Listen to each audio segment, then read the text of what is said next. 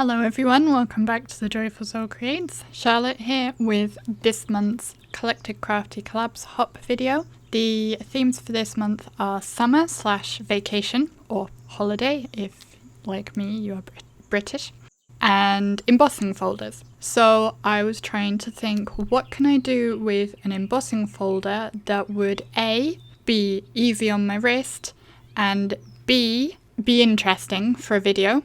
I did a video quite some time back, like 2 years ago, showing a variety of different techniques for using embossing folders. So I did think about revisiting some of those, but then I could just link you to that video if you want to see that. So I thought I'll try and come up with something new. I decided to look through my embossing folders for some inspiration, and long story short, eventually I decided, okay, I will see if I can make a regular size embossing folder work for a Slimline card. I've done extending dies before, it's easy, I've showed it, well, I find it easy. I've showed it in other videos, but I've never tried it with embossing folders, so I thought I would give that a go. The embossing folder I decided to use is called Kaleidoscope, and I found it in a past card kit that I'd never opened. And kaleidoscopes are quite colourful, right? Normally, at least the ones I've encountered.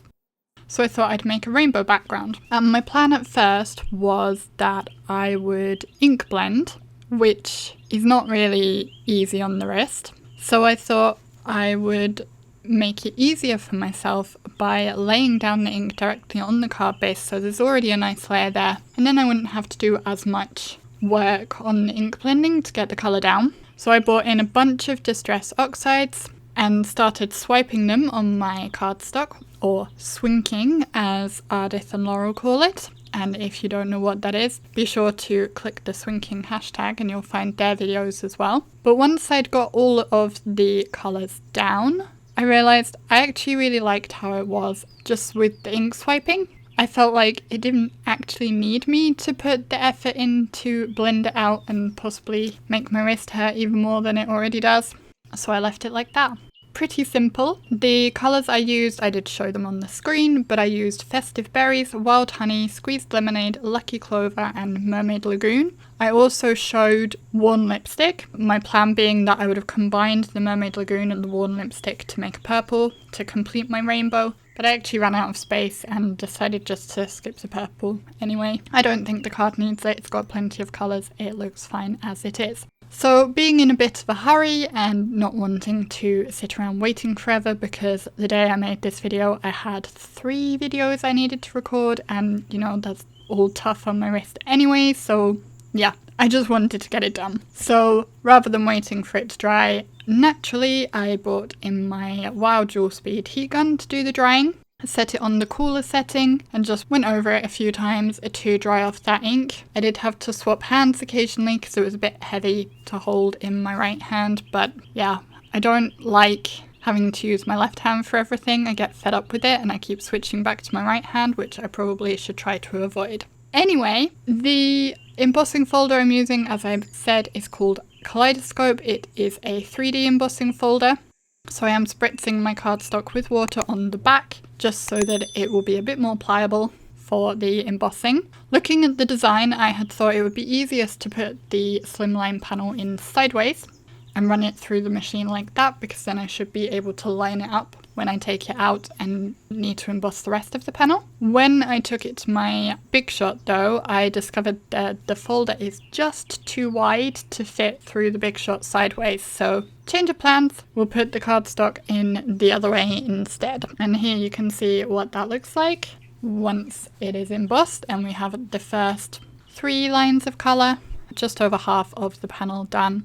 Now, I didn't realise I was totally off screen when I did this, but basically what I'm trying to do is I'm looking at the pattern. I chose one of the big patterns, one of the big circles, and I'm trying to line that back up. So it's like the bottom portion of the embossed piece, and I'm trying to kind of almost like click it back into place so that the pattern will then be continuous for the bit that's overlapped when it's run through again. I hope that makes sense. I really wish I had been in camera properly to show this, but I mean, you can see bits of what I'm doing. It is similar from when you extend a die, because when you extend a die, again, you are trying to clip it into place so it's lined up properly. As I said, this is a 3D embossing folder, but I don't think it has to be a 3D embossing folder. You just need a quite defined pattern so that you can easily find a piece like that circle I pointed out to line it up. And also you need to make sure that it's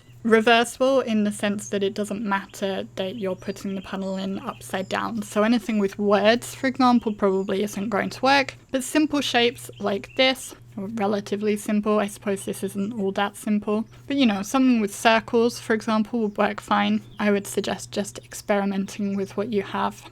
So then, as this is also a summer theme, I thought I better add a summer sentiment, because even with the rainbow, there's nothing particularly summery about my panel. So I used my Color My Life app to look through the supplies I have, at least the ones I've entered into it so far, to find a suitable sentiment. This one is from a Simon Says stamp set called See You Soon, which I have used in a couple of other things recently, I think, and totally forgot to double check the link, and apparently it's retired, so anyone who's clicked on that link has just gone to an error page, so I apologize for that. You can of course use whatever sentiment you like here. Doesn't even have to be a summer one if you're not making a summer themed card. I thought because of how colourful the background was, I would do a black piece of cardstock and white heat emboss on it. I think that would stand out nicely, so that's exactly what I am doing. And as always, I used my Misty for the stamping, partly because I prefer that, and also it's easier than using an acrylic block for my wrist. So whilst I'm heat setting that, I will talk a little bit about my wrist. Anyone who didn't watch yesterday's video might not be aware that I have injured my wrist, although by now you probably are aware because you saw the brace and I've referenced it about 500,000 times already in this video. I don't know what I've done to it, but I did get to see a doctor earlier today, and I have to go for an x-ray and also blood tests to check if it's arthritis maybe. Hopefully not, but it's basically they just want to rule it out. Most likely scenario is I just have overused it because I'm always using my hands so much for crafting, and I do transcription work sometimes, which is quite heavy on the typing. I also look after a baby a couple of times a week, and you know, there's lots of lifting up and down.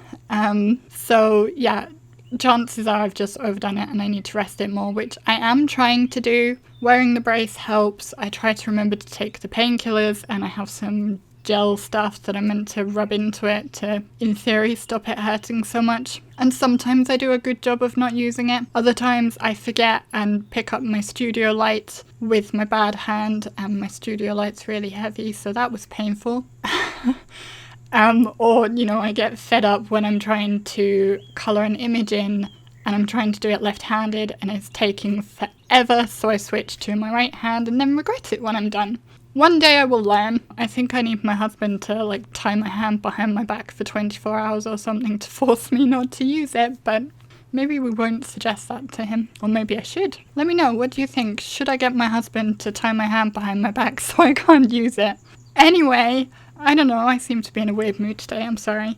I am trimming down my panel with my heat emboss sentiment. I cut it to about 2mm wider on each of the sides, and I decided I wanted to make the top a bit fancy. So I'm trimming in to where the D for sending is poking up. There's a word for that.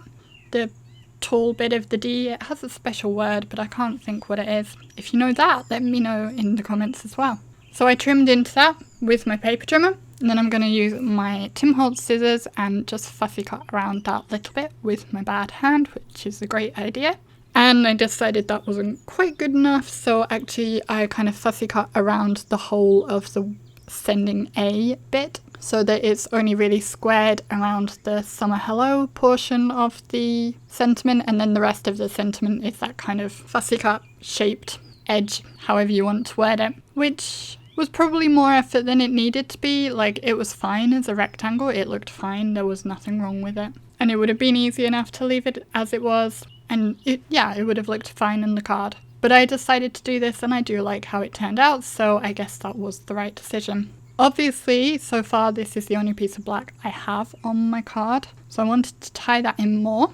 In order to do that, I cut a panel of the same black card to mat my rainbow embossed panel onto.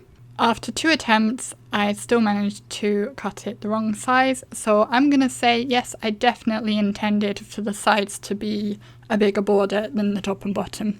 Obviously that was intentional. I think it's interesting. In hindsight, I could have just trimmed the sides down more, but for whatever reason I was thinking, oh no, I can't make it taller, so I would have to cut a whole new piece, and I didn't want to do that. So yeah, I don't know why I didn't just cut it to be narrower, so it would just be that narrow border all the way around. Clearly I didn't have my brain in, but it doesn't matter, it looks fine. I used Tombow Monomulti liquid glue to adhere the embossed panel to the black panel, and just put some acrylic blocks to press it down. I used the same glue to adhere my sentiment. I actually left that weighted down for longer because it was sticking onto that textured surface and it just took a little while for it to properly hold in place. I wonder if maybe it would have been better to use double-sided tape and liquid glue together, and that might have had a better hold. Might try that next time. Once I was happy that that had had plenty of time set in place, I had just had to adhere my panel to my card base. So my card base is cut from an A4 piece of cardstock, which is I think 8 1/4 inches wide rather than the American 8 1/2 inches wide. So I used the width as the height of my card.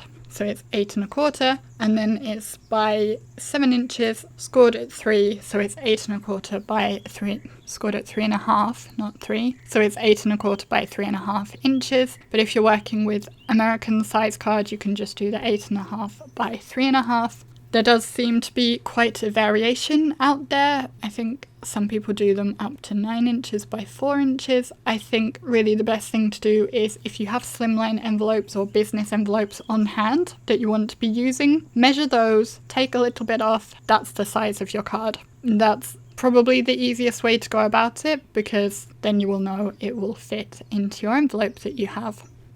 I thought I would bring in a little bit more black to finish off my card, so I have some Nuvo drops in ebony black, and I'm just adding 2 trio clusters of these. This is not how I would normally add them. I think I saw someone on the MFT website doing these kind of triangles, and I thought I would try it. I think it's okay, but I also feel like I should have had a 3rd triangle of them somewhere, but I would have wanted to put it like to the right of the sentiment, and there's nowhere to put it there. But whatever. That's the card, all finished. I hope you like it. I hope you enjoyed the technique, what you saw of it, and I would love to see what you do with your embossing folders on Slimline cards if you try it out. Yeah, let me know in the comments what your favourite embossing folder you own is. Be sure to check out the link in my description box to go to the next stop on the hop, and I hope you will enjoy the inspiration from the other hoppers. If you're not yet a subscriber, you can subscribe by clicking the button on screen, and there are a couple of other videos showing if you'd like to see more from me straight away. Otherwise, I'll thank you very much for watching, and I will see you in the next video, which is probably on Friday. Bye!